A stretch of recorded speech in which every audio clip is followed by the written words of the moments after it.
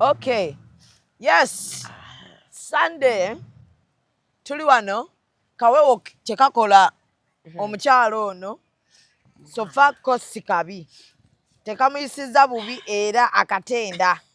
Tuli wano ku National Theatre olunaku lwa Sunday mulimu kyabali eka abakyala bakedde okwoza ku ngoye abafumbidde ku babba bamweka breakfast ng'essaawa zino ziri 8 omwami amaze okulya ekyemisana ne kajuisa akanyogoga. Naawe ali eyo ng'okateeseteese ng'ova kukakamula nakasengejja n'omuwa akamere naye n'omuwerako ak'okunywa weebale kuba mukyala muyiiya. Nammwe abali awo nga nakati okyali mu buliri ng'omwami yasiibyewo naye nga ali awo talina kiddako anoonya waalya kyamisana era nawe weebale kuba mukyala mwebasi. Sunday baŋŋamba weekend si zaakwoza ngoye, ni weekend zaakuwummulamu, zaakudigidamu, zaakucakalamu. Ewaffe byakyukamu ne weekend tukola. So ndi ku National Theatre wano mu Culture Village n'olwaleero nina omuntu anneegasseeko naye muzikirize mpiseewo obulango bwa bakama bange tutandikire awo. Ramen High Sport basangibwa Kabawa ku kizimbe kya St. Anne ku kkubo erya omukulu w'Emmamba Gabuga Road. Gendawo bakusala akaviiri ka mutwalo abaami bakuwerako ka wifi kosa ne massage. Ate Hijab Nation tugenda kuba nga tucelebratinga hijab ng'ekyambalo, tucelebratinga abakyala abambala hijab, celebratinga abantu bonna abakkiriza mu modesty. So mujje tunyumirwe ennaku z'omwezi nga 31 August Lugogaawo bamaseeka bangi nnyo abakyala wano b'omanyi abali prominent ab'amaanyi abambala hijab gye bali bangi nnyo, activities nnyingi nnyo omuli amataali, tarabu, Quranic competitions n'ebirala bingi nnyo. So Zubeda. Te Hijab Nation n'ojambala ng'oyambadde bw'otyo. Akaya kange kavuddeko buvi. Akaya kavuddeko buvi. Ndine black sugar. She's black. Black is beautiful. Bano be bagenda okukola nga antidote. Nga tugezaako okujjanjaba ab'eyerusa.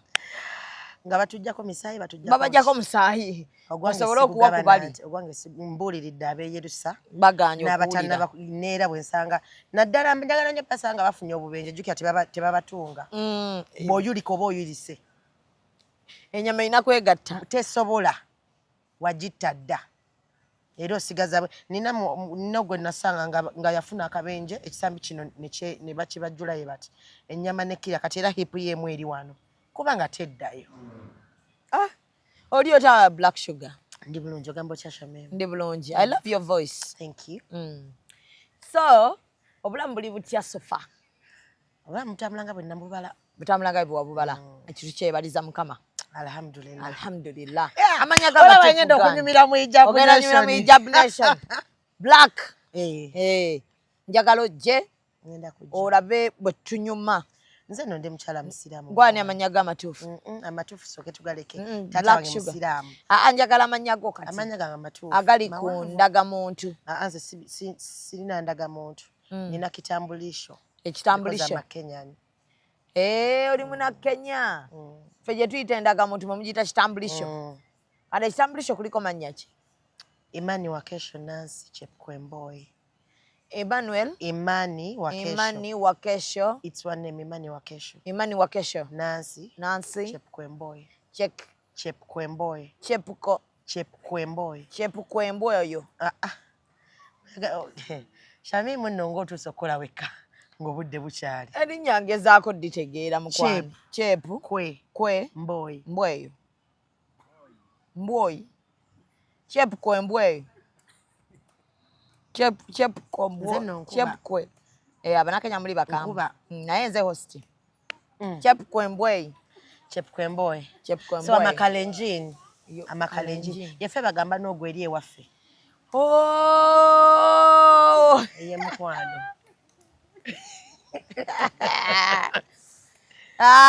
Gamba n'ogu. Yes mukwano. Kitegeeze wammwe gwe togambwako. Yemmwe mugamba kibe ne kiba. Beekalakaasa be baliwa. Gaba ne Uganda be bakwata abantu tugeze obadde ovuga ne bakwata n'ogamba hashimbu eno bakuta. Naawe ogamba Chepkwemboy. Eryo linnya kati gw'ogamba otya? Njogera mu lulimi lwaffe. oba n'okuba akasimu kamu. I'm a Kalenjin. Kalenjin kati bana bekalakasa wabalabye ewammwe. Embalaba. Be baliwa. Abo be banene abasaidia Raila Odinga. Oh, bagala kujjako Ruto. Anti tebasobola. Raila Besigye we Kenya. Omanye ebbanga lyamaze mu opposition. Oh, kati goli oliwa. Okola kyokulonda. Angamba oli mova mu tribe cheri. Kalenjin. Kalenjin be bani? Kalenjin be ba Ruto. Be ba William Ruto. Then but also Kalenjin is ngeri gyoluseetula mu Ruto. But also Kalenjin has a group of tribes also under it. They are the ones they call the Sabaot. The Sabaot abe Kenya, abe Uganda babayita Sabin. They are the Sabaots in Kenya. Then there are the Nandis. Fena tufanya nnyo olulimi. Nandi, Sabaots, Kalenjins. Tuweerawo. Nenga tulinga banyankole bakiga batoolo. Muri ba West eri. Ene wammwe be ba Kalenjin. So, ojje otya bakuzalira eno baba kuzalira mukwano. Oli weeri. Just ne family yo yonna eri. Olinga akusenseko. Gwayogedde erinnya lyange obulala ne limunyumira. Amabadde mikwata likwata. Muveeko tukole. Nze nno kye baasaba abantu kompyuta linnya lyange. Anti tuyinza oddikolera nze abaana ku ssomero manyi we bantamanga. Kati nno gw'oliise bulungi.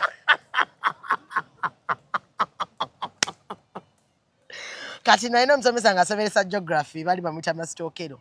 Ye asalawo ng'erinnya nga lyagala nnyo n'agamba buli muntu mu class alina okweyongerako ka chepto. Kati obayo gwe Shamim gwe chepto Shamim.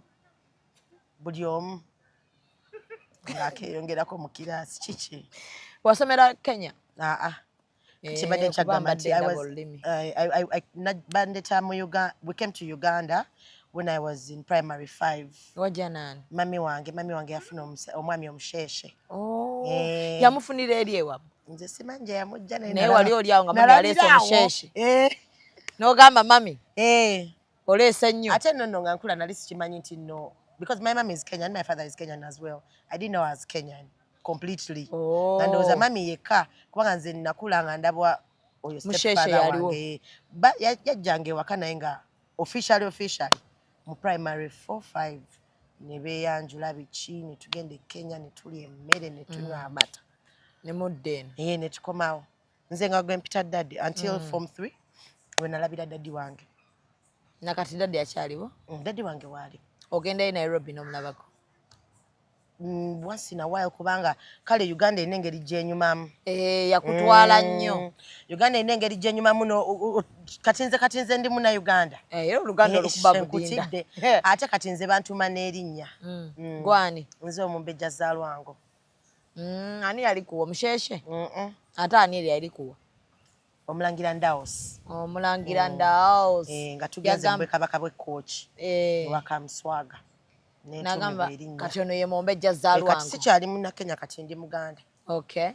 Mama mwali muno? Mami wange mwali. Mami yali eri side za West? Shisha tuli mu kibuga. Nze lwakuba nti abantu bamanyira nnyo. Nefe tuli mu kibuga ate sikyankugula mu kibuga.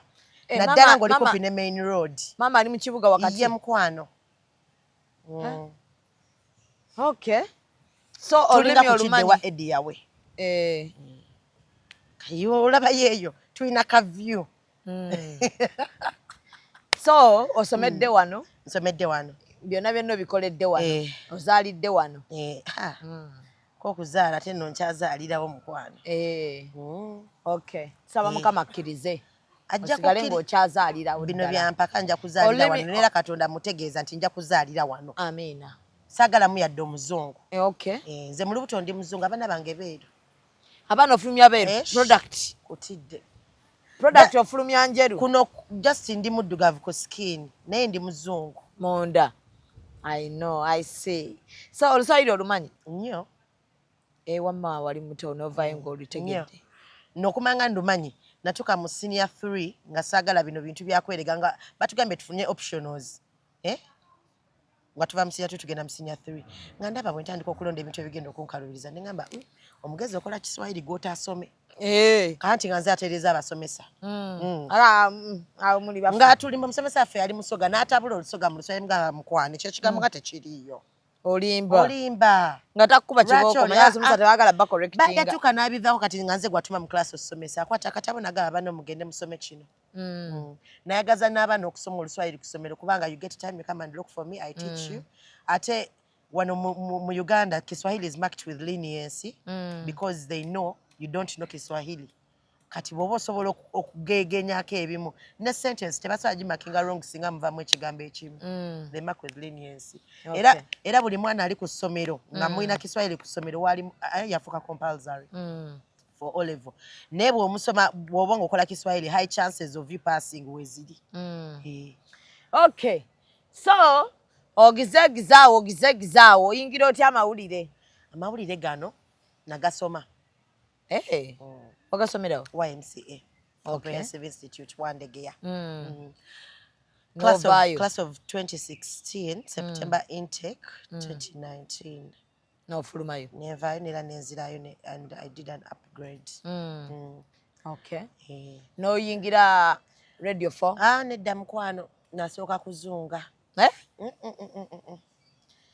buli wakoleranga intern nga nanti osabawo omulimu nga waliwo ebibatu ate nze nali kato nze nasoma ndi muto nze nasoma ndi muto kubanga tetwasoma nti no like nze na branchinga after form 6 nenkola diploma so kati waliwo ebyo ebibatu ate nga nze ndi kato nze banzala nzekka ebyo ebintu nga sibimanyi bulungi ebiriwa ebintu ebyo ebyebibatu munnaye buli wamu nga wodda nensoka nembivaako ekyanyamba wasookerawo okusaba nasookera ku UBC nga waliwo ekibatu ekiyitiridde omanyiwaawo okuva kwa sikaali anti akulimba awo ojjukira gwotuuka gwe buli muntu gwolaba afuluma geti olowooza mukozi wa UBC kati akutanga okay we shall meet and we talk we mu meeting batera zitekayo ku bukyayi ogenda okukola nga kyayi akendeera batandika okuleeta ate simanyanga tekira ate kati ku kyayi wamala okunywa kyayi nyota tekira ate kati gwe engeri gye wali omwenge ogwagala okufa ndowooza n'ogamba wano nfunye nnyo newulira wasangawo nga njagala omwenge mu bintu by'osinga okwagala black sugar bakiyita ndigi okuba endigi mwana wange kati neŋŋamba wano kambirike kati nentandika okukwatagana n'abayimbi nabeeranga nnyo katola kuwa MC awo waliwo ebbala lirwa nekyengulu baliyita game club DJ Fiki yalinawo night nga nkwata abaana nembasomba netugenda mu night eyo kati abayimbi abajjaye mufuna relationship naye nze omuyimbi gwe nasooka okufuna naye relationship yali Lydia Jasmine buli lunaku njagala okukulaba manyi abantu bakututtemu emabegakaawo wabadde obiraba mbiraba nga banvuma Lydia Jasmine Masaka Lydia Jasmine ow'e Kampala low budget Jasmine high budget Jasmine naye mufaanagana wekyogamba tomulaba bulungi nkulaba mumufunire gundi ku mazzi anabe mu maaso ndaba soko ntunya bwoti mufaanagana kakala kala yes kala kituufu ate nengeri ndowooza gye mwali ab'omukwano kati nembeera ne Jasmine for a long time ntambula naye nga wadda wenzira yakwaniriza bw'omutuukako nnyo nkutidde osobola okugoba omuntu akwagala wali abagoba naye Jasmine simusuubira no she was good to me very so paka leero era leero twesanga ne guno gwaka ne namusanga awo nga mpita mu kusaba nti olina okusaba rightfully nga gwe Shami nkumanyi naye mba njagala interview era nina ogikukola ki yagamba tokigezanga kino kigwongamba bugambi ate nga bangaye mwayawukana bubi nnyo ani yabigambye ebyo bangaye mwayawukana ne Lydia ki ekyabaawo mugambo okwo si kwawukana mugambo you see in life gwe Shamimu gwe wasoma naye mu nasale okyali naye paka kale gwe wasoma naye mu secondary simanyi na gyali kale mu secondary abamu kale mmanyi we bali kale ku campus bakamba simbalaba naye twera balwalu yali best friend wo mu 2009 your best friend wo kati so life drives us in different paths Duli actually si Duli I love Jasmine like era mwagala paka leero era tusobola kumuvumanga naye kenyina akimanyi nti no Nancy waba wali naba tebamwogerako okitegeera so just parts that driving her differently ate nti posikonti nakyusa erinnya kuba nalinga LJ asset Lydia Jasmine asset Dinalinga kosa social media platforms. Kati ndozo oli we yalaba nga nchusize erinnya nefuka Black Sugar nalowooza nti oba waliwo ekizibu ekituseewo something but again sisobola kweyita kati ahamu nga ndi presenter nga nze LJ Asset olaba nga kikola sense hey ethically tekikola kati wajjayo kya Black Sugar nasooka nenetunuulira bwenti nenera bulungi nnyo bwenti mundabirwamu nga kakala kalungi skini sigibonaabonera olususu lwange teruliko sooka oteekemu simanyanga teekako tube eno zaako oyiro nze nababuna binene meta vaseline nenva ewaka n'ofuluma abaaki ije vaseline nenfa ate nsobola n'okwerabira okwesiga ebizigo akasana ekankuma bumwe kati nga egira bweti kati sibonaabona n'ebyo n'ogamba kati akashuga ate kati kati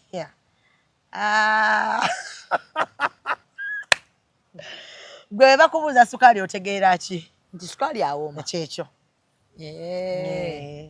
okay I'm sweet naturally I'm sweet to people at least you've seen me with people ate oyagala obaagala ate siku kati kyova nkugambe tisobola kucawa Jasmine nze mba nalinkeddeku makyali ngamba shami nkwagala mpaka kufa iye era bwogeza n'okola mu nti nze nkwesibako nga isima tewamwesibaako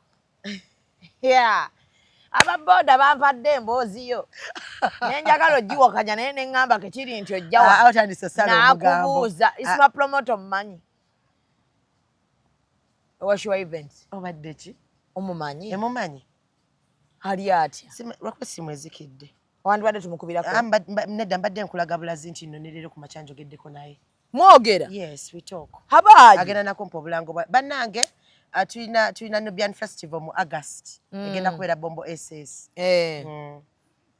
isima yagitegese yes Yeshua events mu Nubbi neera Nubian Festival mutuweeko twagala kuba Nubbi kujja beetabe mu hijab nation tewali buzibu wakati gwe bw'oyogera awulira kwata kebo kamuwe kebo omwana kati gwe bw'oyogera awulira ye omuntu akulinamu omwana oyinza kubanga bw'oyogera tawulira Shami mubadde ki Shami muwantama bwentyo ebyo bijjawa wuuyo wuli balinako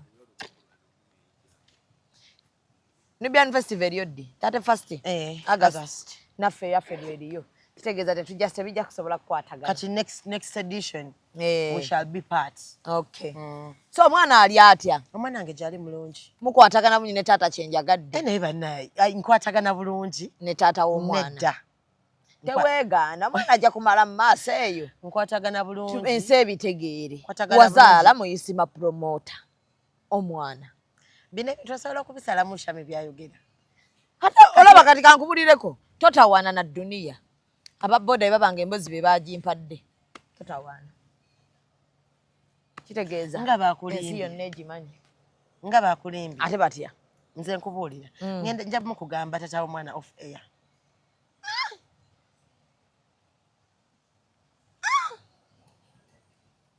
wabeerako emakindi kati ng'ogatagata paso ye ani njagala kulaba oba ddala si bituufu oba bituufu gyembeera nakati lwakuba kati kwali studio kyagendayo studio kiziriwo nnyingi nze studio gyemanya makindi gyembeera nga ya audio nga yaki ya audio bweba ya audio ntera kubeera wa Atin Pro his uncle wange omulungi best producer mu Uganda. He's actually the only sound engineer we have. He's the only sound engineer we have. Oba okolayo ki? Atin Pro kuliako nga yagala okuyimba. Nyimba bulungi naye just nakuwulirako ngwayimbamu awo nga tuli ku Share Little Boss. Ojjukira? Kati nina abantu bena special relationship nabo kuli Atini ensonga kino Little Boss yagira akakayimba nze naawe yamukola ne Slick Stewart and Roger kati abo bantu bange nnyo bakulo they are my family. Okay. Yeah, so ewa Atini checha ewa Atini awo waka Isma we yakusanga Isma nonze nga namusanga Bombo oli uchichi Bombo yagala ya Jasmine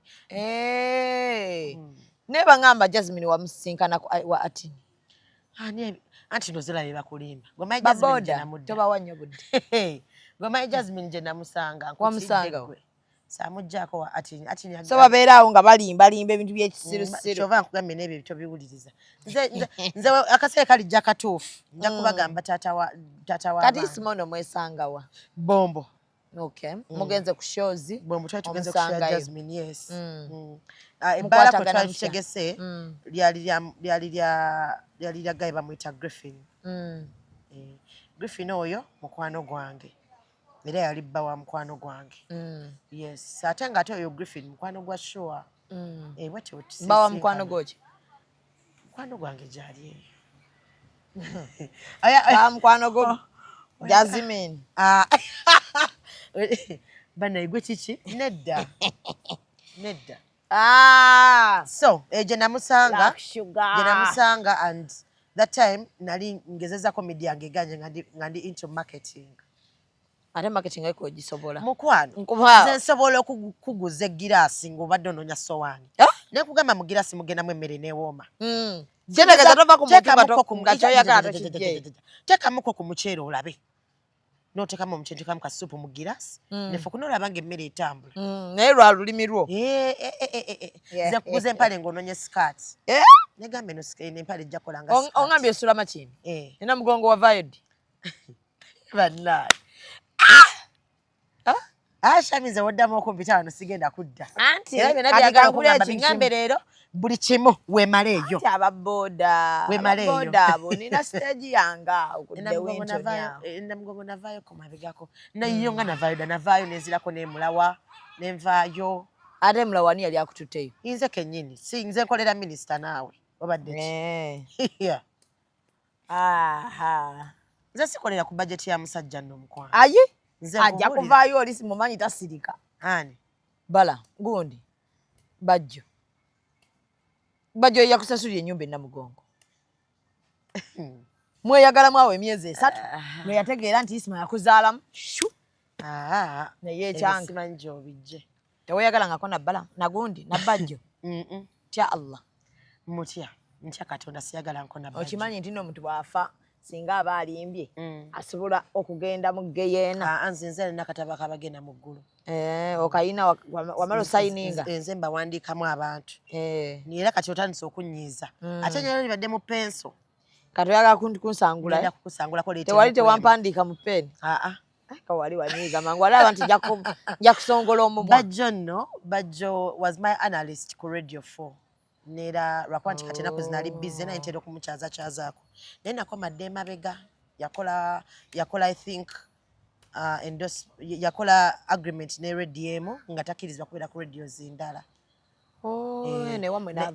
Naye nga he's a good friend, he's a mentor. Nera y'omu ku bantu abanconnectinga ku gundi ku Baba TV. Yes. So my respect to him is paramount. We have never had any relationship. Ojja okubasibako bonna. Naye anyway. Buli wawulidde ani omulala. Nze nakagamba Isima kuba ababodera okyajja. Ne nkugamba Bajjo. Mukwano okyajja. Kuba Bajjo bangambye yakusasulira ennyumba Namugongo. Ate gino n'otegaana tosulanga kuwa. Namugongo nali nsula nsasa naye nasulayo mabegako nnyo nga sinaba nakusanga gundi. Naye sinaba nakusanga gundi oyo Bajjo. Nali sinaba nakumulaba mukwano. Kitegeeza bano abagamba mbu ennyumba bwe wamujinza ate n'akuvaamu. Kati bamanyi. Kyova ate onkoze bubi. Mbadde nkuyisa ewaka. Ewa. Ekiruddu njagala ojjeko ewaka abantu. Olaba n'olunaku Don Chris yajja ewange. Yangamba Sugar tebaali kuvumyenga. Kubanga kyolina kyanjawulo. Kakyova mbadde leero nkuyisa ewaka. Nze n'empoza zonna zonna zonna tewali ziyo. No man can pay my rent. Because I don't pay rent. Wazimba dda. Kati tewali asobola kunsasulira rent. Tayinza butazimba. Banga sente ojagala kuko ginoonya. Kyonna kyekitaagisa okukola. Kati kale leka nkubuuze. Shami. Essaawa zino bakugambe nti bakuwe buno obulamu bakuggyako ssente yonna gy'oyina. Bampe bulamu ki?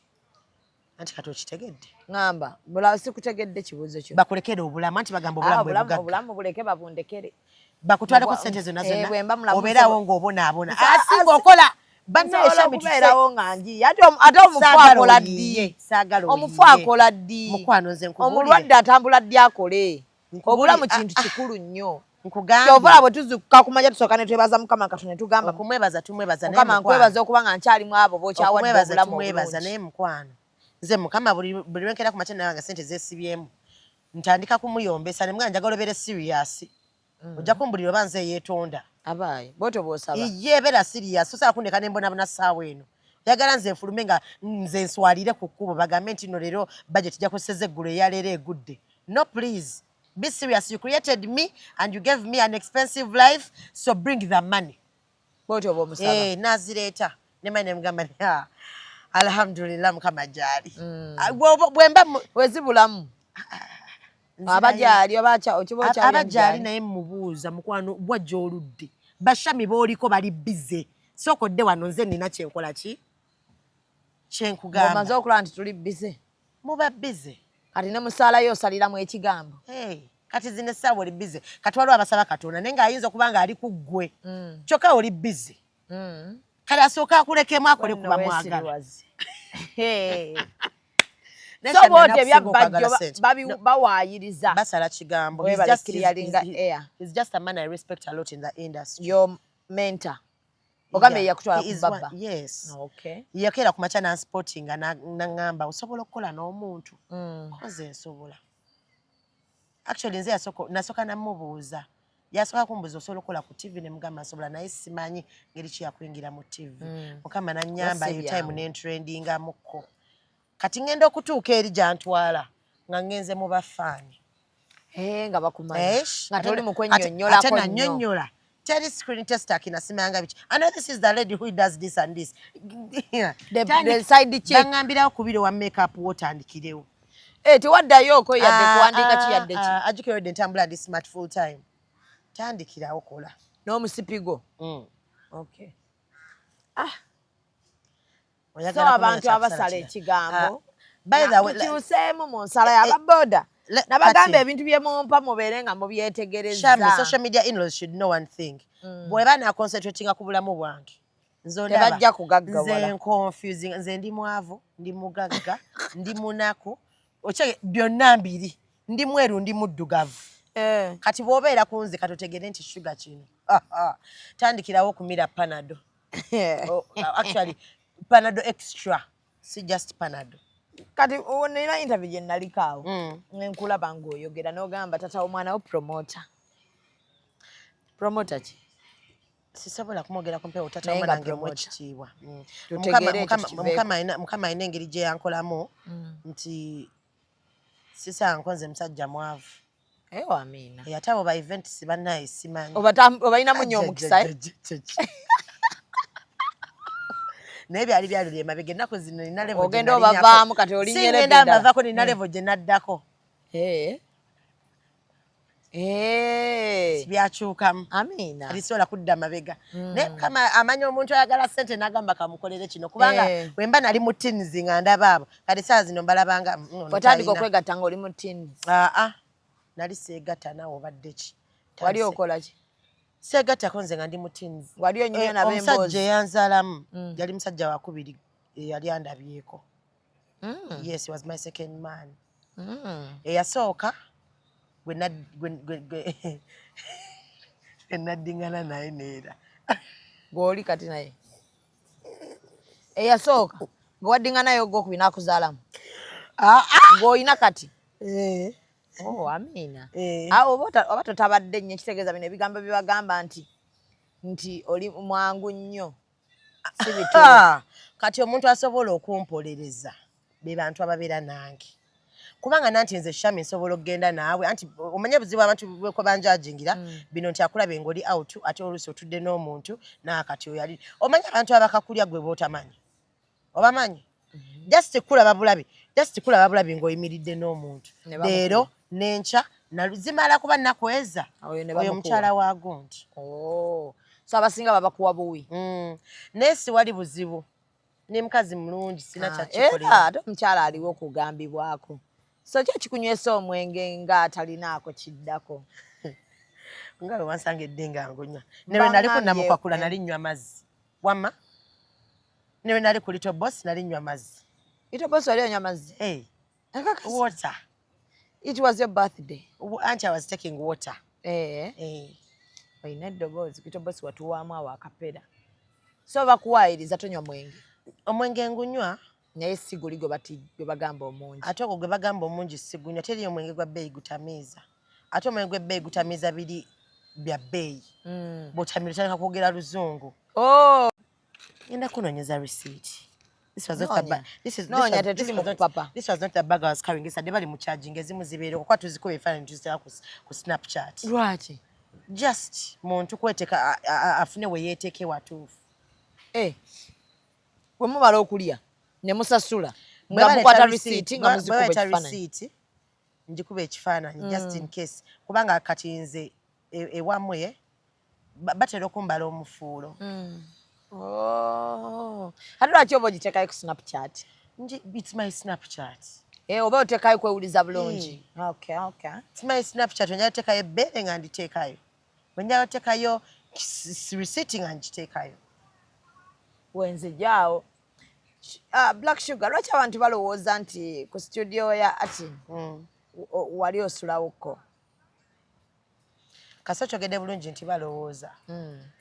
Anti munayinza bigambo abantu be baŋŋamba sibikakasa mpaka nga nannyini nze ky'oŋŋamba kyentwala. Okyogedde bulungi balowooza. Ate bwe mba nsulawo waabwe wa Atin bwe kikwatako asasuli eyagulira Atin studio ajjanjasamire. Ate kati saagala kumanyira. Bwe mba nali nsuzeewo waabwe wali wa anko wange anko Atin kati nja kusulawo awulire bubi. Nze muyita anko tumuyita anko Atin kuba muntu mukulu. Kati nja kusulawo paka kuwulira bubi. Ate kati ngenda kusulawo leero. Asuleka ekiroddo kansuleyo nyiize kansuleyo abanyiize ndozo snapping eno snapping ngenda kusula ogenda kulaba snap ngenda kusnapping ekigambo explanation ntuuka zigenda kubasaba nga nyiize ekiro nga ntuuka saagala kummanyiira bwe mba nsuzeeyo ndopa ku polisi waliwo akawaayiro mu constitution nti bakikusuuzaayo bonga baani abakufaako kubeera ate banfaako babireke twamira panadol ng'omutwe guluma neighbor muleke leka yaamire ate omutwe guluma neighbor tegwamumirira bandeke. Waawe osobola okukoma ku kunoonya ssente? Siina kye sitasobola kukola okuggyako okulya ebisiyaga kubanga nategeera omukiri tonzija kuwaya saagala bintu ebyo byakunjiyiza naye mba ntumiza emmere mu restaurant tonjiize ogamba mumpe ettooke tebagamba nti wali ekyefaananyiriza ettooke. Bwe mba nkutumye emmere negamba tooke muceere tonterako obugreenizi bwo saabukutumye mubamu omuse tontera bye nkutumye ebyo byoleeta nti era nkugamba nze enva zange nzaala ziri mu supu mungi tonjiyiza naye nga buli ebisigadde byonna sirya bisiyaga ebisigadde byonna nja kubikola kuba ssente zo ozeetaaga ate toyagala ssabiriza kyekyoka kye tufaanaganya mpozeko naye kimwa olina ekimwa akuba ekikyo Promax simanyiira atamumanyidde kasita ggwe ojja n'omumanyiira kati kyekyo sente zo nja kuzinoonya kuba nasibula ewaffe nga mbagambye ndeeta ebimotoka 7 ebya ssente sinafunako yadde giraasi. Wali obirabye ku stage ki? Nze ngenda kubitwala kubipaakinga wali nzisumulule ebimotoka mbisumulule ziike batyabe okukyalo batambulireko mu ssente. So bino bye bagamba abawala beetunda mbu kufuna ssente gwe ebyo you don't mind for as long as it's their body there. But let me tell you, whoever says nti abawala beetunda, omanyi lwaki abakazi batera nnyo okuyomba nze teyampadde ssente? What are you doing? Nako kuba kwetunda ate omulabye ku olwo ate omuziikidde abeewammwe abaana batta abantu beewaabwe nga mulabye leero nanyamuka mu bubiri n'agenda mu ttooyi n'akomawo ng'afiiriddwa jjajjaawe yazaala senga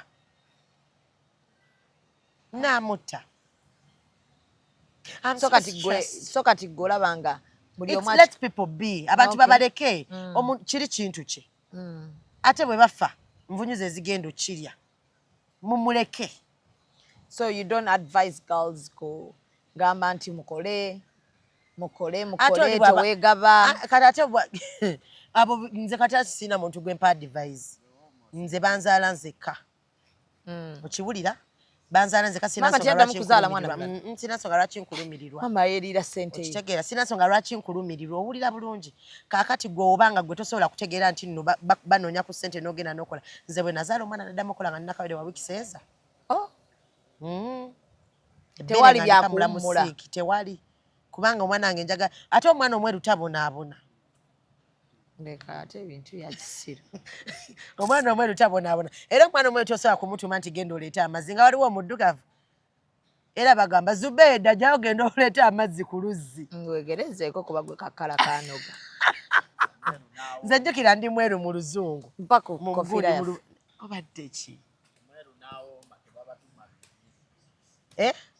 omweru n'awooma nze bye sibimanyi abawooma be bamanyi naye nga buli kimu osobola okukikola ye kati nze naddamu okola nga nakawere wa wiikisi 2 nzadde omwana namuzaala nga mwe nasobola ne mbuza omusawo n'omwana wange gwompa n'ekyanyama nti nze nzeke yalimu muleeba wali ogenda mugamba abbi omwana wo nali ndigenda kebera busenge bwonna ngambe tompanze mwana gwe bagenda kumbuuza gye mujje gwazaalidde awantu nga gwe wekka azaalidde oddwaliro eka lyali lya bbeeyi lakshuga obulamu nga bwogende butambula nga we wabubala obulamu bukunyumidde so kyekyo nsobola okola ekintu kyonna nze sinanya muwala akola byakola because we don't know what they go through just impose sometimes beetaaga okugayidinga n'amanya obubi obuli mu kintu kyalimu bamujjukize nti nno empeke bw'olwala wali eri nkumuunye omira empeke nga 2 kimubeeremu mu bwongo agenda okikola ng'akimanyi kimubeeremu mu bwongo anti beegata tebagala nakwekuuma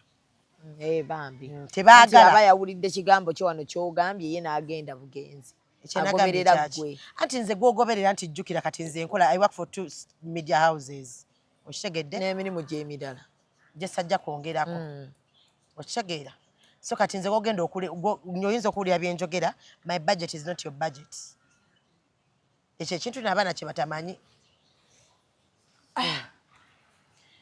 omuntu mumuleke yeetunde akole byagala naye mujjukize nti waliwo lwogenda okufuna ekisipi owulire omuliro jjukira wekikwata round wekikwata wano kiba round wekiti kati oba owulirawo omuliro nga weguli kubanga kikusiba wekikwata mu kiwato kikwata round owulire omuliro nga tosobola kutakulawo naye ng'olina kyowulira nga gwakiwulira wekka gwe wali okya experience nzeeko ng'okimanyi anti nze ndi mwana wa musirikale kale ate abo abasirikale mu woodo obalaba nnyo musirikale my dad ndabye abalwadde basirimu bangi ne stepfather wange naye musirikale ate wano kati kitegeeza emundu gw'okuza ogiraba togitya najjitya gwe watandika ekintu kya side check ekintu kya side check I was trying to put out omanyi we nabeeranga ewaka naye gwe wakitandika yes okwogera nti omuntu akkirizibwa okubeera side cheek si musango n'omukyalo we waka tonyiiga like it's something that is normal okitegeera and I'm glad abawala bavuddeyo ne babeera proud nti oli kati asobola okumanya nti nze ndi side cheek neera n'akyambala n'akikkiriza you are proud n'abeera proud naawe oli proud tobalaba nga bali proud olina kyoyogedde awo n'ogamba nti I'm proud abawala batandise okuvayo ne bakyembracing because it's njagala kola conference y'aba side cheek nomaka nga guggwako neera ogenda kujja okikirira abafumbo ne Ruth Kalibala ajja kujja akikirira abafumbo mujja kujjamu abakyala abafumbo mujje n'abaami bakkirizibwa okujja naye basooka ekifuule ky'abakyala fekka twekube omulamwa guli ki omulamwa is I want people to know where they lie abawala abasinga olaba Zubeida omukyala obeera ne bbaawo nga bbaawo omuwala olw'okuba nga babaddeko naye jjo ssebo n'alabira ddala ng'alinga azadde abaana 7 mu maka ng'alaba abonyebonye ne bbaawo bayise mubiri tasobola kubeerawo waatali okitegeera akamanyiro ne kafuuka kiro kati it is to tame where the side chick is supposed to end like to tame all these groups of women omukyala omufumbo aba bwati side chick akola bwati okutegeera nti oli second wife kyetaagisa ki kubanga ne second wife gyali second wife kirala naye mukwano mufune ng'ezirimu second wife kirala bannaye ne side chick anti kyekugamba ebiri ebintu bisatu waliwo second wife kwanza mpulira abawala nga boogera kuba side chick so njagala oyawule wakati wa second wife era mulala kati bali abakyala side chick abeera gwe bendako kyekyo Zubeida bali abakyala 4 waliyo housewife oba first wife omukyala ne wabeerawo second wife ne wabeerawo side chick ne wabeerayo malaaya Iyi second chick side chick taba malaya. Abeera ki? Side chick taba malaya. Abeera ki? Nga okawulidde side olaba nga bakuleetera emmere. Ku mmere ng'obadde ogenda kulya ennyama ne bakuteerako akanyeebwa kuno ku ttooke. Kati kana akanyeebwa. Ye side chick. Ate malaya yaliwo. Kati malaya kwe kumala okulya emmere eno gye bakuwadde n'ogenda ne ku mudaala gwa chapati n'olyako ekikomando. Awo bolayiza. Kati oli ye malaya. Kati ba side chick yano oyagala bagamba babeere contented. They have olina okumanya wookoma. Nze mpulira abawala nga boogera nga aze kukiikirira nti ye side chick naye nga in actual sense ali mu kwagala kubeera second wife. If you are side chick, why are you competing with ne mukyala w'omwami? That is your mommy. You have to respect your mommy. Oli abeera mommy? Yes, mommy is taking care of our daddy. Yes. Olina okumuwa ekitiibwa. Oyo bw'akuba essimu nga muli mwenna olina n'okwanguwa okuleeta essimu omugambe daddy mommy is calling you. Tokkiriza why not? Tokkiriza nsisobola kukkiriza kuleka simu ya mukyala wawaka ate oba kati nno ng'oyagala twawuka n'enkute n'okkuta nkizuule buzuuzi nti oboggolera omukyala we waka anti kati omutegeera togenda kundya amabanja. Kulya amabanja kiki? Nange oba ogenda kunziza ku eno eno gy'okola omukyala. Kati nammwe abaside chick temwagala bazzaako. Nti omukyala Zubeda omwami wo womukubira nakwata ng'alina omukazi omulala abasajja abalina akamanya atera okwata n'agamba naye gwe kiki nagambye dda muli ebyo ebiriwo. Kati kale alagoona amaanyi kati abawala abasiru n'asanyuka ye oli bamuvumye oli nze olaba nabadde naye nga tayagala kwogera na mukazi we. Who told you any different my friend? No one has a pussy that is in box shape. Byonna byebimu. Era kati nno gwe bali mu kuimpressinga that very one night bakulye bulungi nnyo okuba essimu b'obulira bamulidde leero alinda omukubira addamu okubeera ng'akuba essimu nga bamusevingako ow'amanda. So kati oli proud okuba side chick? Ye neera sagala musajja talina mukazi. Lwaki? Sisobola kwagala musajja talina mukazi. Sagala kunneesibako. I'm too good. Sagala kunneesibako. Ate overi oyagala akwagala maladde. So you don't think of Kale becoming a second wife? Second wife? Oyagala sigala mu side chick. Men will not afford to have a second wife who is me. Kati already ninewa ogenda kumpasa ontwalewa. So waka okuba nti olina ewuwo kyekikuleetedde okuba nti toyagala kufumbirwa. Si kyekyoka. So nja teweerabamu kuba nti owuba jjambo. Nti nga bayimbi baze bayimbe asente bazimpe nga gw'olumya oli mugomesi sente ez'okusasula abayimbi omuddugavu omuwanvu sente ez'okusasula abayimbi n'eza gomesi n'ez'emmere n'ez'obutebe zonna ezo banyambe bazikwate bazimpe nfunemu byenzikola nina byensobola ozikola mu bingi. toyagala kuleeta ku maama mukolo awe. Bwe kutubanga omukolo tuplaninze nti omukolo gwa kawumbi maama nja kumuwaako emiliyoni 7 nsigazeeko 3 ali eyagale namugamba dda nti bw'oba oliyagala gomasi nkola nja kugulira ey'amayinja teweegumya kugulira ya satini nedda mukwano. Waliyo omukazi atayagala kuba mufumbo. Ebyo bijja kukola waneeno mu Buganda si bwagala. Toyagala mufumbo. I want to have a partner abeere gy'ali kubanga olwedde nze nina bwendi nga mweraba lwalumu. Towulira mulinga bya kisiru. Omuntu okuba nga ajja wansi akulabe mweyendeko agende. Nga ajjawa ewuwo ewaani gwe omusanga mukyusa hoteri ku hoteri osinikira amannyo ewa ewa gy'ogenda okuyiriitira mu nnyumba yo muyaani waliyo nga nnyimirira namuza sementi bantoolereko oyasaamirira. So kati obasangawa you have to gwolina okukola enteekateekayo oba oyagala lot of time tusobola okufulumamu netugenda. So kati babisasulira ebyo be balina okubisasulira. Anti ngamba ate ggwe anize ashia okusasulira ki nti nyongereko ezange ngamba kati time yo bagisasulira. Obudde babeera balina okubisasulira anti kaakati nkubuulire n'ennamba yange etundibwa buli digiti. Enamba y'essimu era ndaba era oli wankubira oli wankubira munnange obonyaabonye okufuna enamba y'essimu buli digiti yotindibwa olaba WhatsApp yange waliwo WhatsApp generako kati nkuwadde gyosobola okufunirako entuufu naye nina WhatsApp eriko +19 gye basooka oku kati gikubeko kale bw'oba oyagala nnyo okuba essimu anti ne message siziddamu kati zino z'olina entuufu bwe baba basazeewo ezo tezibeera n'abantu igwagiina mukama wange bombi ku midiyawo kyeŋŋamba nti oli asobodde ogifuna ogimuguza mmeka bagireke sagala zero ya mmeka bagireke sagala bagigule buli digiti eri ku namba yange ekitono nnyo egenda musene mmeka ekitono ennyo emitwalo ngaaga buli digiti zinamba 10 zinamba 10 ate nolwo bukadde bubiri ate olwo nga ngambazebazemu ne ngamba wano we ŋŋenda capital waali I don't talk to people on phone. I don't even pick calls. Saagala bagenda kuŋŋamba ki? Kati bw'oba omuntu akuwa business. Abagenda okumpa business tobalaba nga mbafuna. Abo mbafuna. So your privacy oba bw'otyo bw'otambuza obulamu bwo. I'm not a person's people.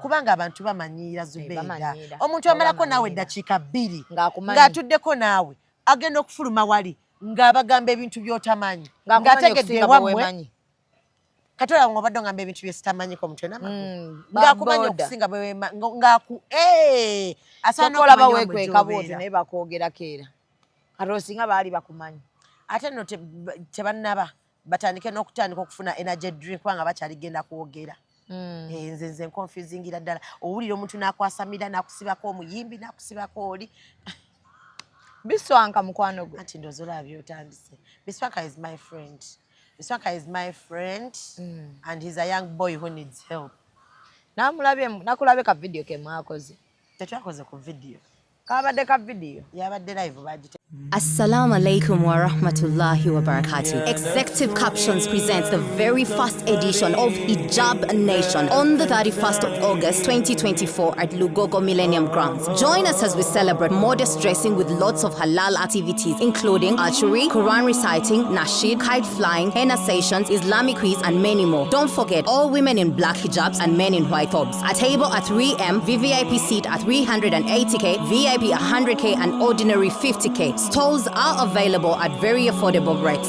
Sponsored by Radio 4, Pal FM, Muslim Channel, Jilibab House, Rashida Veils and Makeup, Sula Motors, Hana Events UG, Nexo Hotel, Sanctuary Juice, Glosh Designs and Events, Flory Flower World, Mimi's Glamour Palace, JJ Events, ECOP, Fancy Tables, Aisha Muslim Wear. Hijab Nation, the very first of its kind. Yabadde live bagitemyemu bye baagala. Batemyemu akantu ke batemyemu nga yinenge ejja kukwatiridde. Batemyemu bye baagala. Mwabadde muli ku kyekyo. Yabadde video nali ku live yange. Actually on Sunday ku Yidi Don Reaje waka Don Chris. Bwajje waka twali ku live abantu nga bagamba jjukira ka video akatambula nga bangamba asimanga nze Jasmine okumutaasa. Neera nali nkyaziza Biswanka. Kati ngolodde bamaze omunsi bako. Okitegeera? Kati Don Chris abana abali mu comment section batandika okugamba oyo mukwano gwa Biswanka kyokka bamusibye biki Don Chris n'agamba gwe munno njagala kumugjayo tugenda okubira yamusiba nga agamba bamutadde tugenda okubira Biswanka agamba bamutadde naye alina sente zalina okukola ki okusasula Don Chris n'agamba kino kikola ku lulwo sente zirimeka Biswanka nga giri n'agamba takkiriza like tayagala muntu kumwagaliza komera.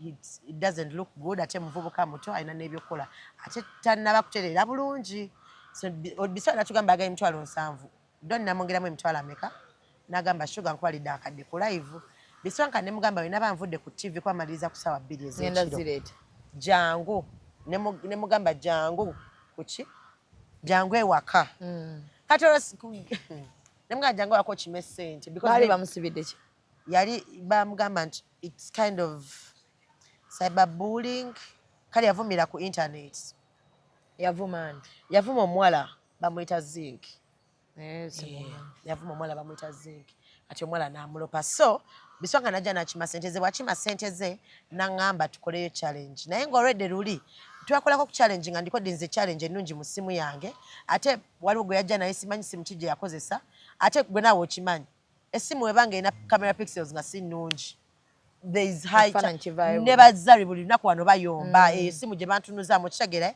so kati ne mugamba situla mu ssimu etali ki young. but already my phone was on live kati ne tuba nga turecordinga obu challenge era gye buli ku page ye in the process as I'm on my live because akayimba ke ka mukwano ng'abantu bali mu kukwata bibakola ki bebaagala Mwali mukola live gundi challenge ngoli naye ng'essimu yange already eri ku live anti naye nga ye akuliko bwakwatirira ekyo ng'okiddingana anti akagundi ke basinza otambuza nga kalaga nti yabadde akola bad touches ne tugamba Black Sugar waffe mwana wa buwala ayinza okuba yabadde amugira tubuulire tulabe bwe tumuyamba naye ekibanga kyabadde okke kati olaba Zubeda ne wembeera nga nsaze okubeera Vixen mu video ya Muyimbi that artist is going to touch me bwe manga ngenda kubeera Vixen mubalaba bulijjo kitegeera so lwakuba nti just abantu bakwatamu bu part kenyini kayagala nga kakutemu wala nonaku nali ku live nga imitating abakyala abavuma aba side chick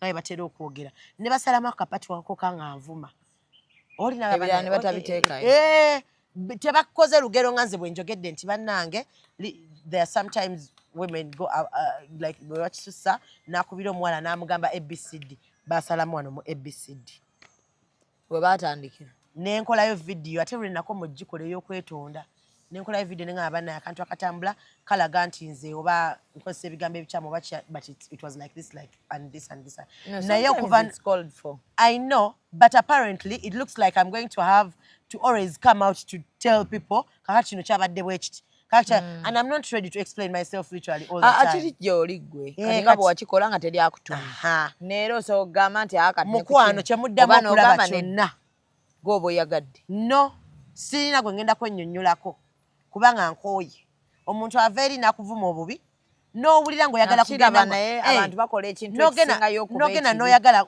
because naddala live zezombi nti live omuntu ajjamu ekifaananyi n'akijjamu nga kiri bulala ye n'akitambuza naye kasita omuntu aba akimanyi nti nze kyemmanyi omuntu teri muntu mubi omuntu oba okimanyi nga tolina kunnyonnyola n'abakumanyi baba bakumanyi siri kugenda kuddamu kunnyonnyola muntu yenna because nze buli anvuma ntunula ku profile picture ye n'osanga profile picture ng'eriko filter ya Snapchat yadda Tekno Pop 1 tutuusayo tukyeyate ng'akwasamira n'osanga oli profile picture ng'ali mu kasooli abonaabona okufaako obufi ng'ali mu kwasamira n'otunula kati waliwo yatute n'odasiti ejja mu inbox yange ya TikTok n'abaako n'ebyangamba nagambye obono ng'era akuvuma mu inbox nga toyo yakumanyidde okitegeera ate nekisinga oseso okimanyi bakuvuma bakufolowinga tebakwani abalina okumanya bw'otambula obulamu kati ate bwe nteekayo ebirala nga ndi nzekka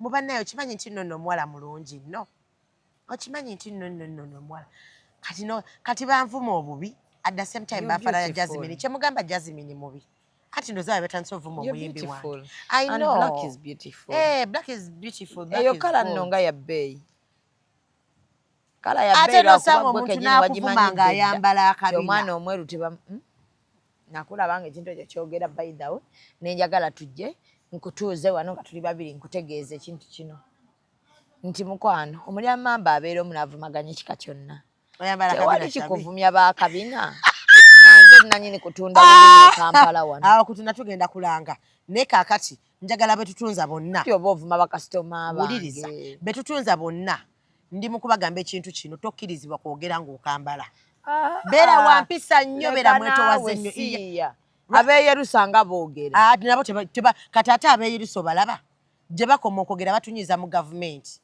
tugenda kubateekako omusolo nedda mbadde nsaba onyiigira abantu abakuvuma abantu abambala akabina baleke abasigadde bavume abambala akabina baleke kati abambala akabina tonvumanga omweru tutawana kunvuma omusajja omumpi gwe sirikira ddala tokkirizibwa kwogera mubamanyire kati kale omusajja omumpi lwaki aba ayogera obuyinza abujjawo obwogera nga ku lwaki ayogera why are you even talking obumpi bulwadde okimanyi nti omuntu omumpi teyeralikira mbeera ya budde kibuyaga ne bwakunta nti asigala anywedde ku ttaka mukwano kati gundi when floods come what happened era afunayo we yeekwata Flood zo zimanyi. Afuna we yeekwata. Nze mulekera okumanyira. Ate nze buli amanyira nga mumanyi ngenda kusanga omwana w'omuntu nja kumukuba. Kubanga nkikakasa tosobola kunkuba. Alina mukumanyi. Agaba siba kikuyu. Agaba ki? Gona gakuŋŋanya ku ggwe. Manyiro kwate kuba ofulumeka nze sijja kulopa muntu ku poliisi. Ate bona ako bagenda kukusiba. Ate bajja kusiba. Ngate tulina gagenda kujja mu kkomera. Kati leka nkubuuze. Ogenda kunona otya? Ng'ojja ngonona otya? Nti ozze kunona ani? Wali ogenzeko mu depression? I was, by the way, the fact that I'm new, mweno field ey'okubeera nti bakumanyi nnyo. Like everything is happening too fast. Ojjukira yo twakwataganira ku Namukwakula. Nze nali mpya mu industry nga 1 month old. Wallahi sinaba naweza mwaka. Ne kati olaba mbalumya omutwe. Not even a year. Kyokka ate jjukira buno olambe tulimu. Nkyalina emyaka gyange nga 3 nga neeyagalira mu buno obulamu. Because I'm young. Gwano emyaka ga. Kati munvumidde sina nakuweza yadde ogumu. So byali bikututeko mu depression? Nali kata. Ne just nina abantu abafaayo. Kye kyali kisinze okutwala mu depression? Bivumo byabwe bino oba kati nze badisinga olaba nze balonda? Nze nali namanyiira nti Shamimu ŋŋamba ekintu n'enkuwa oluyi oba n'enkuddiza by'oŋŋambye. Nga bwe namanyiira kyokka ate entuuka eno mweno industry gye ndimu nga sikkirizibwa kwogera ssebo nze kye ndowooza. Naye nga bo balina olukusa olwogera bo bye balowooza. Omulangira Ndawusi yankwata n'aŋŋamba kaakati muwala wange. Kwanza basooka n'okufuuka mukyabo omukwano. Ndawusi n'olaba mikisa gino naye banaye nina emikisa. Osimayo bane Kenya tulina ekyogero. Ngenda kubuuza ku maama wange ekyogero bye bakiyita e Kenya. Bakiyita kyogero? Wano. I want to know what it's called in our home. Ekyabato ekyabanazi. Kuba nagenda nga government nali nkola sales and marketing. Nawe nayingira okusaba omulimu. Ndawusi yaŋŋamba, "Muwa, don't going to waste that voice. Kugiteeka mu sales Yes, you have a good voice. Ogenda kukola sales okole ne ku mpewo. Radio che? Radio 4. Because he's our consultant. N'aŋŋamba okikakasa. Ne mubuuza okikakasa n'aŋŋamba ye mukwano otandika ku Saturday. Era kati buli lunaku olina okutwala ku 8 ku training. Twagala tuwa ku Saturday. Ye nga show ngikubye. Olina eddoboozi eddungi okukamala obukamazi. Anti kati ekirungi kye nnina sirina ddoboozi lyokka.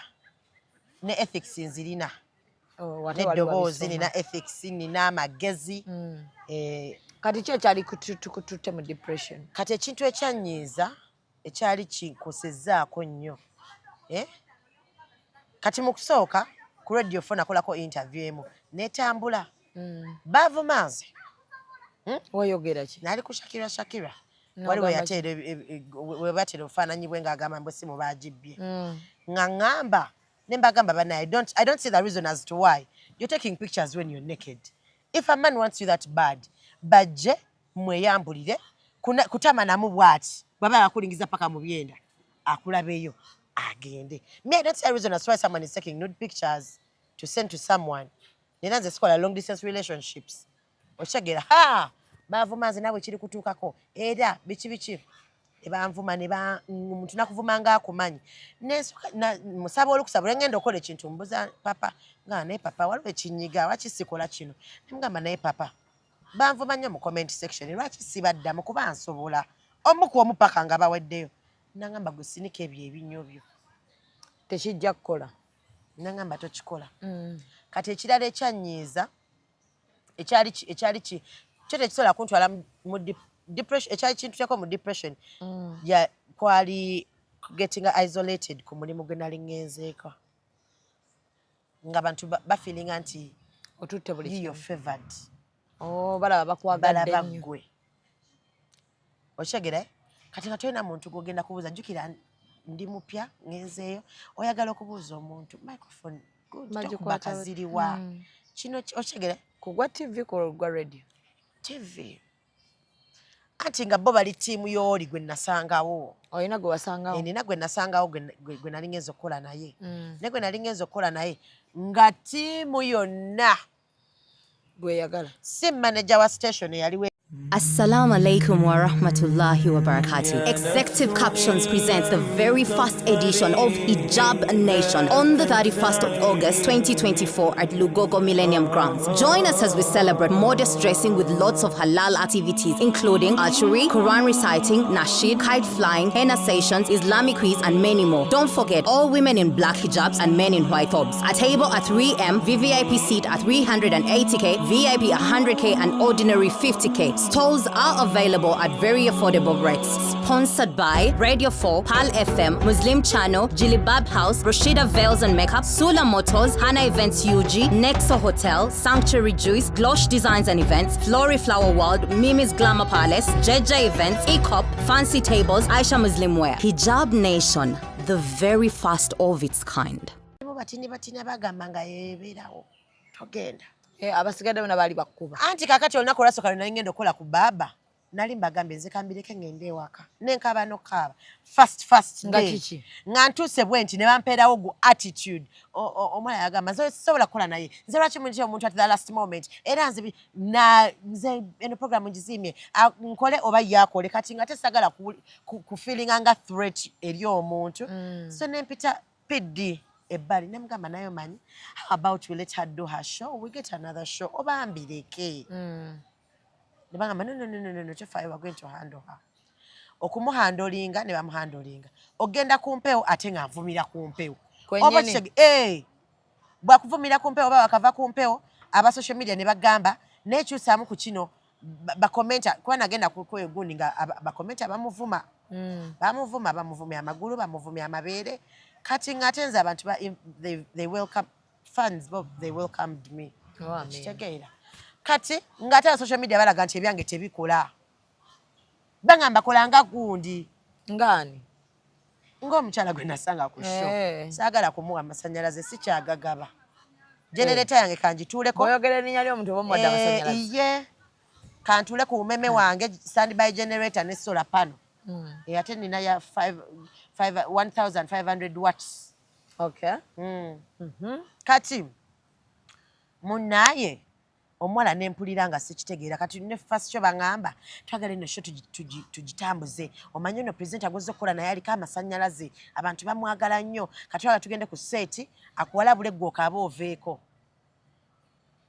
agamba lwaki tekakyuseemu akazannyo nze ne muwalabule kuba nze nsobolera ddala yinza ebbanga nitateekamu bisoko muwalabule abenga akaba mugamba ateyitawo okule lwaki nze sinza muwalabula ne bagamba tekijja kukola biki nemaya kati nange temugenda bikola tugenda ku seti nampalabula naŋŋamba nga benfaanana full figure biki ne ŋŋamba kale ne baleeta eggulire nga ndimukogera ku Shakira yali bali bagamba mutayambala bulungi mu Ramadhan ate musiraamu ne mbagamba banaye mu Ramadhan ono abasiraamu abakula obulungi mutuleke akasana kangi tukkirizibwa naye omanyi toyambala akabina nga anti togeza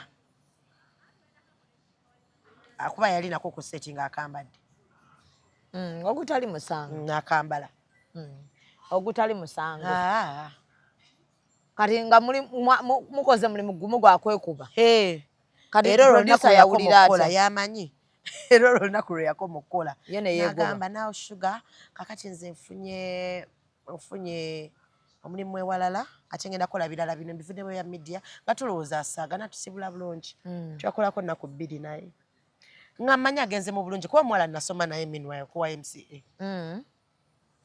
nga tulowooza biwedde it's okay mba ndi awo ng'abaana bampereza bu YouTube link okumanya nga bayira abafaani ba Baba TV bansiima bakola ne group y'ebitaala my program is called ebitaala nga teyaliiwo nga te program ebaddeyo ebbanga lyonna abaana b'omu group nga baweereza mami okimanyi nti neno ono akuliko baba akakuweerezaako ono ne bakuweerezaako oli buli wonna we yasobola nga nkalakata ne ngamba nayo n'omuwala kiki kubanga osobola okumukuba n'afa ayina ebizibu bye laba wakuzirikirawo nodda mu bbiru z'eddwaliro onoonya ekintu ky'omukolera nga tokikola ki tokiraba mwamuyita mwogereko njogera nze n'abasiro sisobola ana nawe ojeewulira si kujeewulira You see, Shamin, kubanga abantu omuntu when you know what you're doing best, ate abantu balina okumanya kino ekintu Shamin. If Shamim is doing something better than you, find a way of talking to her, know what is she doing better than you. Where can you polish? Muchicho. Abantu balowooza okola celebrity gossip. This goes to actually all the presenters who do celebrity gossip. Bo bamanyi okola celebrity gossip, oyimirira n'ogambe, oyo Zubedo oyo ayasama, bamanyi kiridingira ku kuvuma abantu. Ovume Bobi Wine omufiireko ofune likes. Omale odde ku Shamim omuvume, beekyaye, toyina bukakafu oshegere, because these are the stories these people be doing. You don't know that entertainment news should be balanced. Actually, news yena aina kubeera bakatatifu lecturer wa. It's supposed to be balanced. So shegere. Twin association kati twagala ku streamlininga. Oyina okufuna positive side a story, and then any journalist is supposed to be balanced. You don't interview someone when you're biased, but you're biased with the other side. Kubanga munjagala nnyo Shami kati ngenda kumubuza Shami mubuza omuntu gw'atayagala nga siri balanced. Oshegere. Now you're not toli mukola nenga bonna bakola se gwe balabi. You check all the celebrity gossip shows. Bonna bakozesa bukyayi. Bonna abamu babawaayo obusente ne bakuba. Ate owulidde bakugambye oli mulwadde wa sirimu ozze kumulangira nti yali yeegaddanga n'abakazi. Gwe bakugambye nti waliwo sirimu gwe banywera mu mazzi. Mu kwegaddanga. Oshegera. Ebigambo funa engeri gy'obiwumbawumba. Teriyo dduuka mwe bagenda kusuubula siriimu. Instead, how better can you make this person feel? Oshegera. Kyowulya kikuwabyeko kireete mu luzungu. Oshegera. Fuba okulaba kiki like, because me have seen bambalabye nga bakalakata ono guy. Producer Didi bamulangira badde sinnabakwogeraako naye omuntu alimu producer Didi nsaba Allah bambi amuwonye obulwadde obumuluma omuntu ali obulwadde abantu abasingi timulekerawo okunenya abantu because waliwo embeera omuntu gy'abeeramu nga si yaku kati kyekigamba nti no ng'ensobi yakolebwa neekolebwa so now what's the kyekigamba nti no entertainment news waffe wa kisiru neither I can hereby stand and say I have the best celebrity gossip because I know what I'm doing. Okay. Okitegeera. Kati natuula ne ngamba obona omwana singa yasigadde nambuuza because nkimanyi nti byonna byanjogerako abyogera with frustration. Ali unemployed. Ayita kyasobola kudda kusaba. Ne gye yali agenza okusaba ate nabo yabayisaamu eggali. And I want njagala ba presenter n'abantu bonna bamanye tolikera ku makya n'ofuuka bigger than a media house.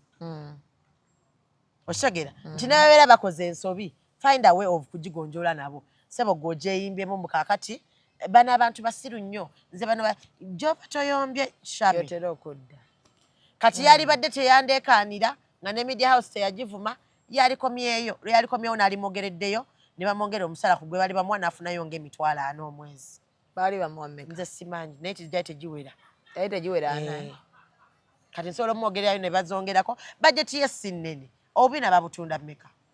Tuyina obwesatu kati ogulayo obubina bwonga 10 tulinawo n'ak'ekinaana tumugulirayo nga akakadde akamu emitwalo 2 kati emyezi 2 agulayo obubina 2 obulikira kak'ekinaana kyemanyi kapaapaala kako kanyeenya n'agulako n'aleka kanene okwatambula nga robot bw'ati n'abagula obubina namate mutubaleemu amagezi mugule obubina obwenyeenya tebunafuluma maama gye buli anti kabbeeyi tebakasobola savinga nga bosavinga n'ogula iPhone lwaki osobola ogula iPhone nga tolina kabina iPhone soko ogireke kwata Tecno Pop 1 soko ogula kabina ebiroto tebiri mu kabina ate nga ate oyambadde akeesatu omusajja azina naawe omusindika emikono n'akakenyenyo akamu ebyo mu bulombolombo tebamala gakutigaatiga mu bulombolombo bw'okwambala akabina ayinza okuseetuka sina kuseetuka tetumala kubumu ku bulombolombo tomala gakkiriza muntu kutigaatiga bya kisiru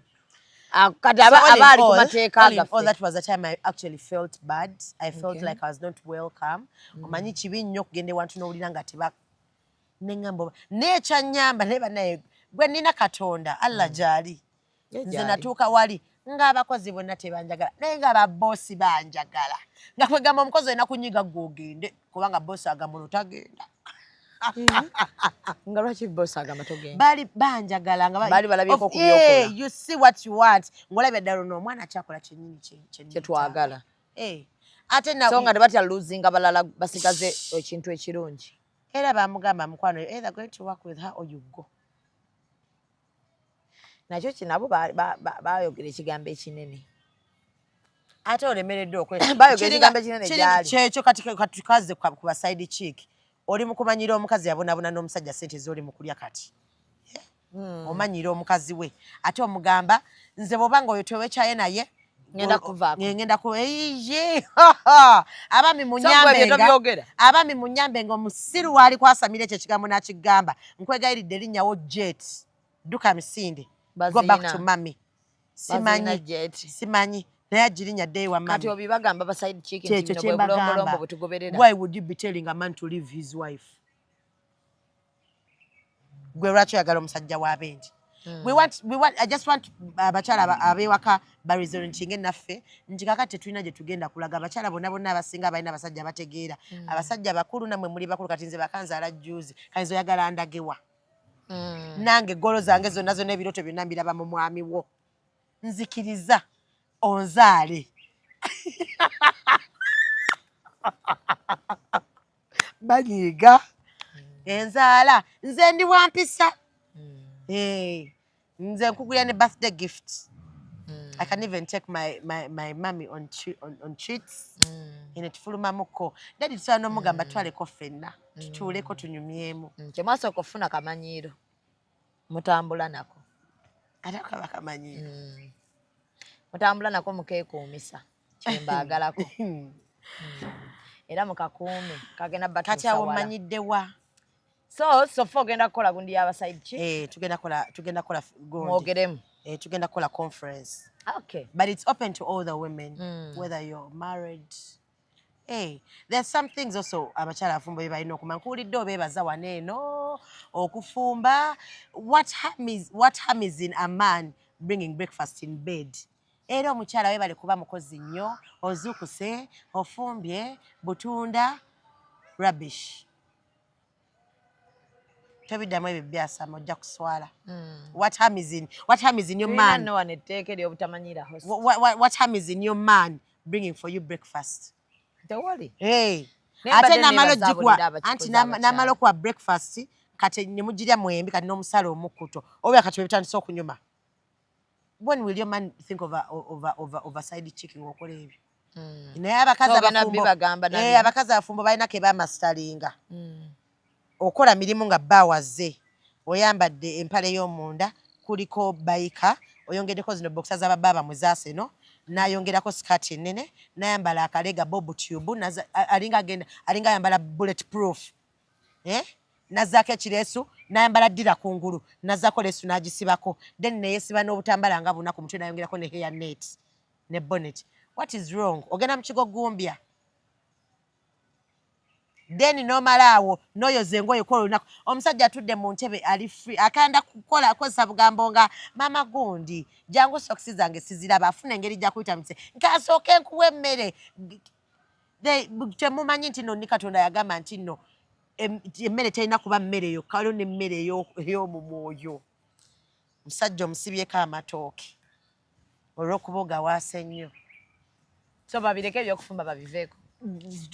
Funa obudde mubikolera. Why are you doing housework ng'omusajja ali awo ng'akulaba? Anti agenda kebera ku seta sala beka abaana ate tewali maid. Anti ndowooza owulira byebyo.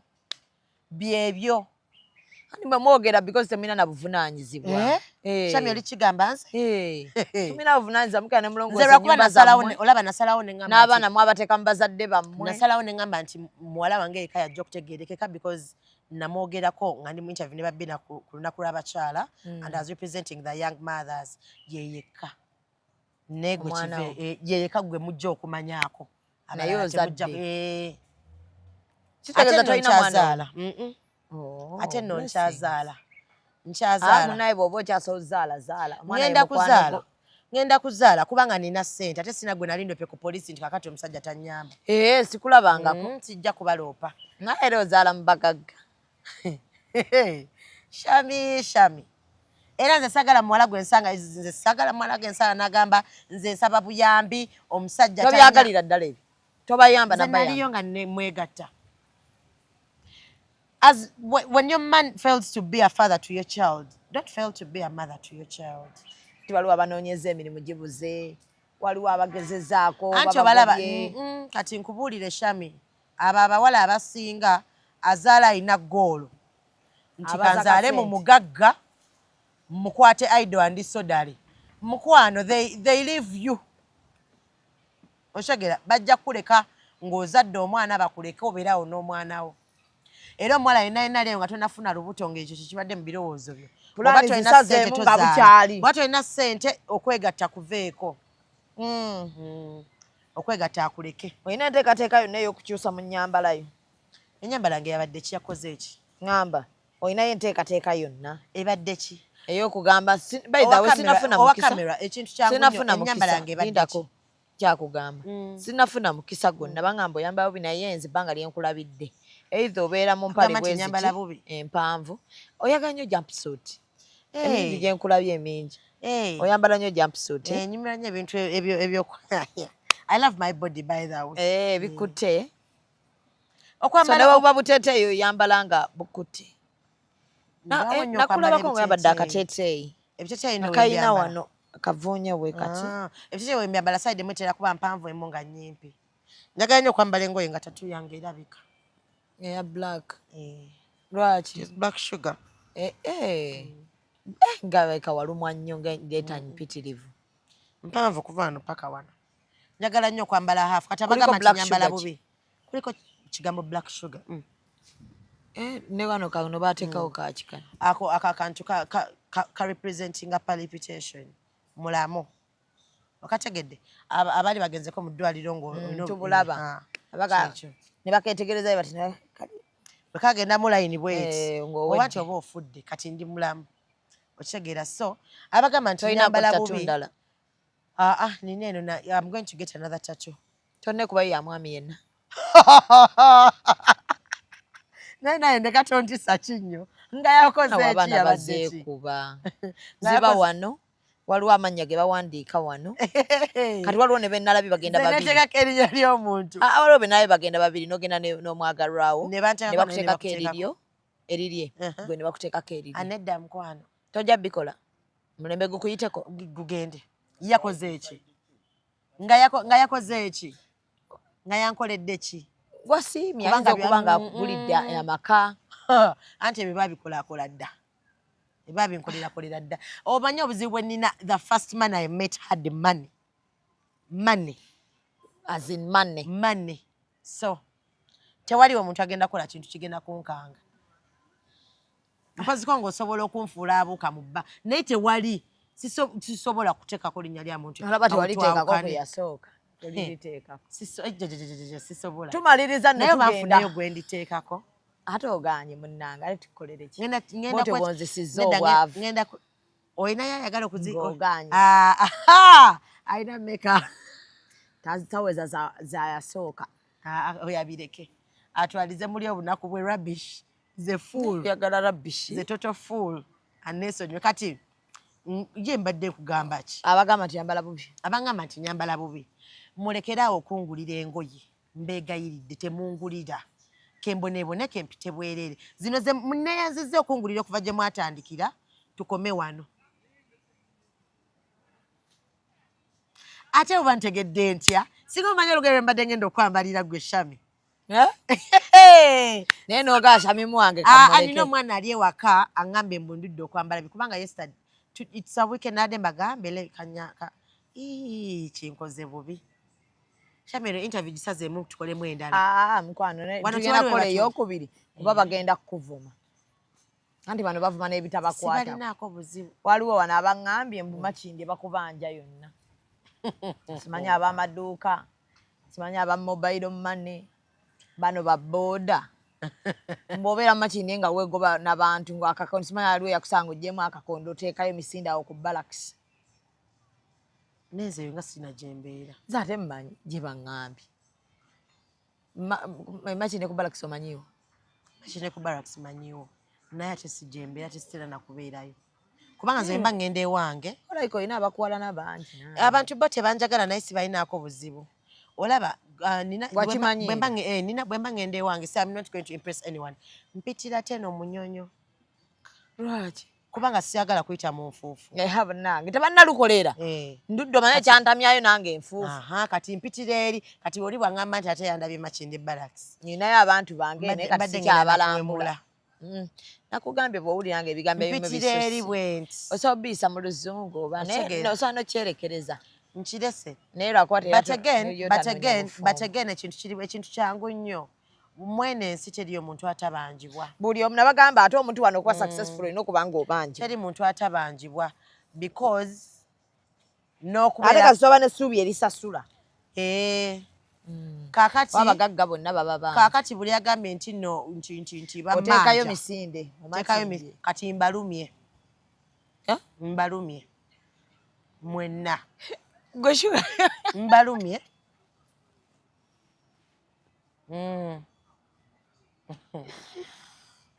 Era kati okuva n'olwaleero sirinayo muntu wammanja. Ozakuzaala buki? Wenjogerera kati sirina bbanja kati yatandika bupya okwewola. Obakoze ki? Mbalumye. Sirina by the muntu kati ennaku z'omwezi 23 ogw'omukaaga nakiriyalinga amabanja gonna gaggwayo. Teri abanja. Sirinayo muntu yenna abanja taliyo. Bamulumye. Sikyalina muntu amanja. Ate mugenda kunja samira nnyo mumanyire. Mulinga nekyendowooza. Kireke. Bye. Tujja kulinda ate birala. Ongobye? Ankugobye mukwano. Monna. Kutokyalina afuga. Ate kati ngambe bagenda nedda kireke kyagala kimanya. Kireke. Okkiriza otya abantu okumumanyira ng'omumanyi? Abantu baleka abantu be baliwo okutumanyiira. Ate ayinza okuba bwakumanyiira afuna ekyemisana. Kale balina ababasasula. Ekirungi bannyambye. Ngamba ddene bbanja. Kayira. Wallahi badde bakubanja. Mbadde ne bbanja. Kayira wallahi. Wallahi lazim. Ndi mukwegaana lya ati banka njimazeeyo. Bonna abasira obaluma. Banka bonna. Ate obaluma. Wallahi sijjamu okulaba omuntu agamba nti amanja. Mwandope wa Shami nambuliza ku mpewo buli omu kati ensi netegedde nti manjibwa n'olwekyo sigenda kubasasula. Ayagala okundopa obumaze okubasasula. Ayagala okundopa jjandope. Ngeri gy'osiibudde ndowooza ne bwe nsaba obuwagizi. Obuwagizi bwaki? Ndeka nsaba obuwagizi bwa. Sooka ombulireko gwe sikwesi. Sooka kugamba abantu kumpuliriza. Ku radio ne ku TV. Wamma. Omwana ono tanneesiga. Eddalu lyava awantu wonna erikuŋŋaanirako. Osobola okunsonyiwa nondeka buli kyenkola nondeka nenkikola. Kopi ninga ye. Buli kimu si kala, si bbina, si mumwa, si mpi. Nakubakuba nyempi. Nakati akyaso okuwamu. Ane gwakuba. Nze tebankuba mwetwalamu. Nze kagwalina. Naye nakitegera nti mumanyira nga bwe wagambye nti nno mami yazaala gwe wekka. Kati akwagala nnyo. Okay. Kati wamma munyambe. Anaye temunyamba. Ndeka. Banyambe. Ate batuyamba naye kawulirize. Nkolera ku Radio 4 Ensunsuzi eri ku 103.3 mbagala nnyo. 13 tonyezaawo 3 fama. Radio 4 Ensunsuzi. Monday to Friday mbeerako mu program bagiyita weewaawo. Mbeerako ne Bina Baby ate n'omukyala bamuyita Tina. Awo ninawo slot. Kati ku Saturday ninawo pano ya entertainment. Wagaana nno okujja. Nange nzijja kati. Saturday ssaawa emu okumakya paka ssaawa 4 ez'okumakya. Kyokka ate kawungezi twateekawo program ey'abayimbi bonna buli muyimbi nga gwe omanyi baakuzira tebakuzannya wantu wonna. Olina akayimba kamu ku Radio 4 ffe tubazannya mwenna. Minisita yasalawo n'agamba engeri gy'akolera abavubuka mujje muleete talanta zammwe. Nga baakola ki? Nga baabazira. Babasaba ssente. Kubanga ffe batasula omusala kati tusaba ssente. Jangu bakuzannye. So buli gwe baazira agende ku Radio 4. Baneeno nti nakayimba kamu nagenda eri namwe emitwalo gyange 5 sibayo because fano tuzanyira ku bwereere because we get salary. Ate TV Saawa okolera 11 paka ku ssaawa 2 ez'ekiro Saturday era. ku TV nkolera ku Baba TV obusoga bulayire nkolerako program bagiyita ebitaala buli lwa Monday paka Friday sawa emu paka sawa 2 celebrity gossip. Hey, amanya nze Black Sugar 256 aka Kaloddo amatage Kenya gatafa omumbeja Zarango obosobola okumpita CEO Side Chicks Association obosobola okumpita the generational presenter top chichi Bye.